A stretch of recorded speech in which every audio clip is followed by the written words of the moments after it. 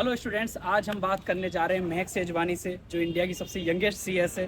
Just उन्होंने exam clear किया है। आज उनसे बात करते जानते हैं कि इनसाइट में उनकी जर्नी कैसी रही। चलो आप बात करें।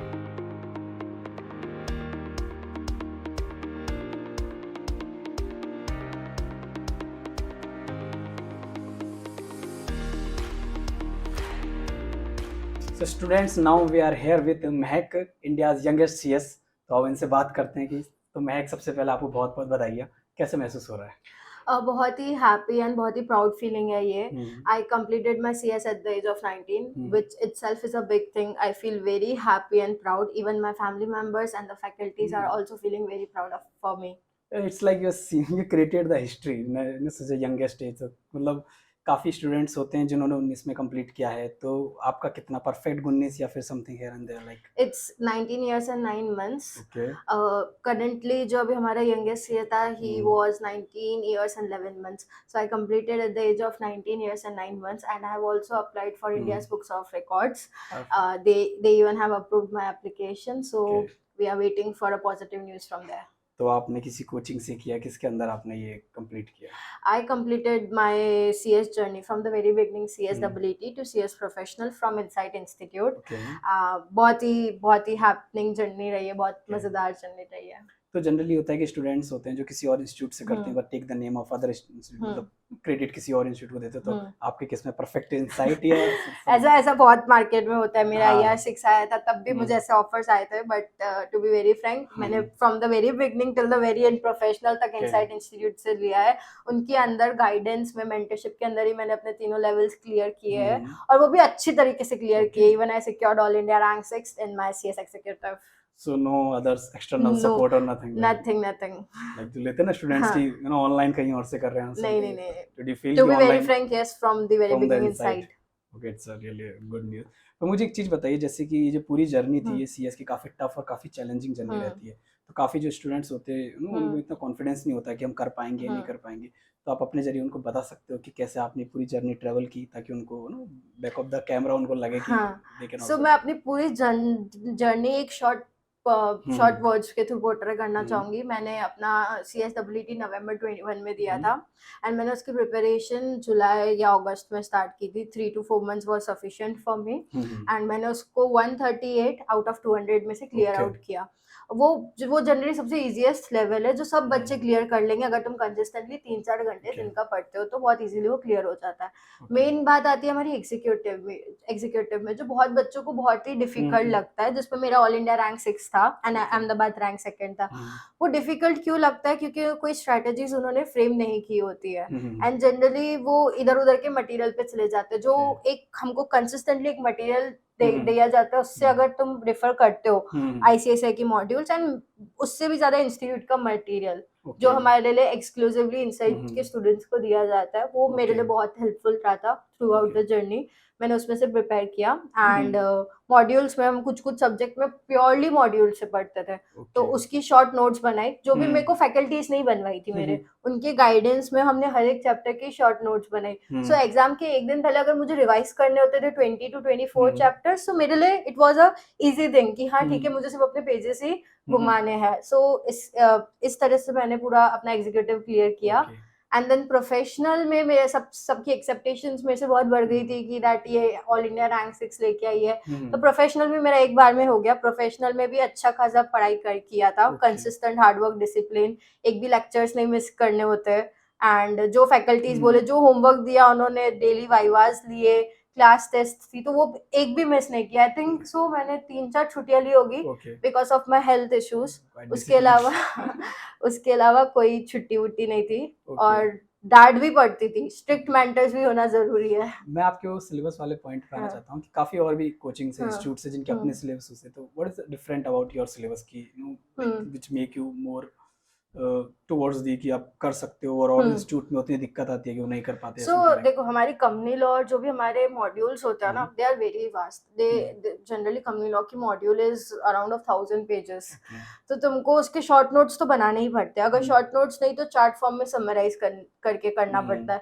बट मैं बहुत ही लकी थी कि मेरे इंस्टीट्यूट सर की ही बहुत अच्छी हम्म नोट्स बनी हुई थी, उन्होंने सब बच्चों को वो प्रोवाइड की थी। ओके पूरे चैप्टर शॉर्ट फॉर्म्स में थे, चार्ट्स अच्छा के फॉर्म में थे, हम्म डायग्राम्स के फॉर्म में थे। ओके एंड एक स्पेशलाइजेशन, हमको एक टेबल क्रिएट करना पड़ता है कि वेदर वेदर की दैट एक एक एक्सेप्शन जो दिया होता है ओके ना, उसको अंडरस्टैंड करने के लिए we have to create certain short notes and strategies. तो वो सब मेरे को बना बनाया मिल गया, सो आई रिफर्ड दैट, मैंने लाइक अपने भी नोट्स स्मार्ट में। मॉड्यूल और smart something work, smart work is important. जने ओके लोग बोलते हैं hard work is definitely important, but okay hard work के साथ you have to do smart work as well, वरना CS is not easy. CS में तो ज्यादा जरूरी बहुत है जरूरी है, जब इतना वास्ट सिलेबस हो हाँ, तब जरूरी है। क्योंकि हमने काफी स्टूडेंट्स से जब इंटरव्यू लिया था तो हाँ सेम क्वेश्चन वो बोलते हैं कि syllabus is quite vast. Definitely syllabus is vast, but you have to decide कि तुमको कैसे क्लियर आउट करना है। शॉर्ट नोट्स बनाओ and that will really help to clear it. Okay, तो जैसे कि एग्जाम तो एग्जाम के आपने इतने टाइम उसकी तैयारी की है, तो एग्जाम से पहले से डर नहीं लगता कि कुछ छूट तो नहीं रही, या फिर आपकी प्रैक्टिस में कोई कमी तो नहीं है, तो ऐसा कुछ फियर और समथिंग लाइक दैट? फियर तो सब स्टूडेंट के मन में होता है, इवन हाँ। मैं अभी इंटरव्यू दे रही हूँ तो भी थोड़ा सा तो डर सबके मन में होता ही है, तो वो फीलिंग थी। CSWT में नहीं थी, वो ऑनलाइन था, तो आई नो दैट कि मैं वो कर लूंगी। ओके एंड एग्जीक्यूटिव में भी था, एग्जीक्यूटिव में मेरे क्लासमेट्स थे मेरे साथ, 50 to 60 क्लासमेट्स थे हम सब साथ ओके में। तो हम इंटरव्यू जब एग्जाम दे रहे थे तो वो फीलिंग थी कि जो होगा सबके साथ होगा, क्योंकि एग्जीक्यूटिव में इतना प्रेशर नहीं था कि हाँ करना है, और अच्छे से मेहनत करके एग्जाम दी तो मेरा ऑल इंडिया रैंक भी आ गया, all India rank 6। But professional में मेरे साथ एक बहुत ही चीज हुई थी जो मैं शेयर करना चाहूंगी, कि एग्जाम के एक मंथ पहले, नवंबर दिसंबर की बिगनिंग में, मैं लंग्स इन्फेक्शन से सफर कर रही थी। सो वो डायग्नोस हो गया मेरे को, एंड मेरी खांसी कफ कोल्ड उतर ही नहीं रहा था। सो जो मैं दिन का अराउंड ऑफ बहुत 10 to 12 आवर्स पढ़ती थी वो मेरा कम हो गया। So I was very scared कि कैसे क्लियर होगा, मेरे पूरे साल की मेहनत चली गई। But at the end Somal sir and Meenakshi ma'am literally pushed me. They came to my home one night before my exams and they told me that, Mahak, you have worked so hard for whole year, then why you are skipping this attempt? Okay. Even my parents pushed me. They said you have to give it, there is no other So they alternative. personally come to your home? Yes, to they convince did. you? They were available for me every time. Like a मैं total बहुत support time, system, yes, like मैं बहुत time लो feel करती हूँ। I am very emotional person, to be very Frank.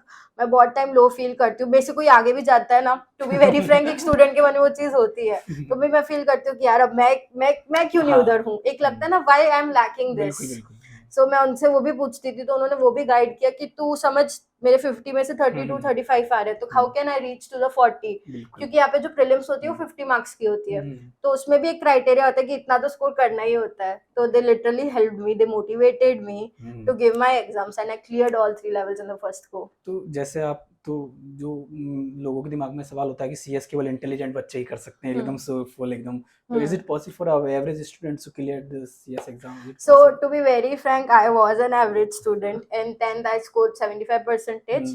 11th में तो सब मस्ती करते हैं, सब बच्चे, तो मैंने मस्ती की है।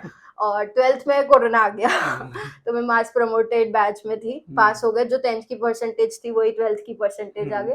तो अब उसके बाद एक लाइफ में एक ऐसा टर्निंग पॉइंट आया कि अब कुछ करना पड़ेगा, नहीं तो जॉब नहीं मिलेगी। तो एक था चीज की हमेशा से ही मेरा फैमिली बैकग्राउंड भी लॉ का है। सो मेरे घर में सब मेरे चाचू is a high court advocate. So एक था कि लॉ के रिलेटेड ही करना है, तो उन्होंने LLB LLM सब किया हुआ है, तो आई वाज लाइक कुछ डिफरेंट इस बार।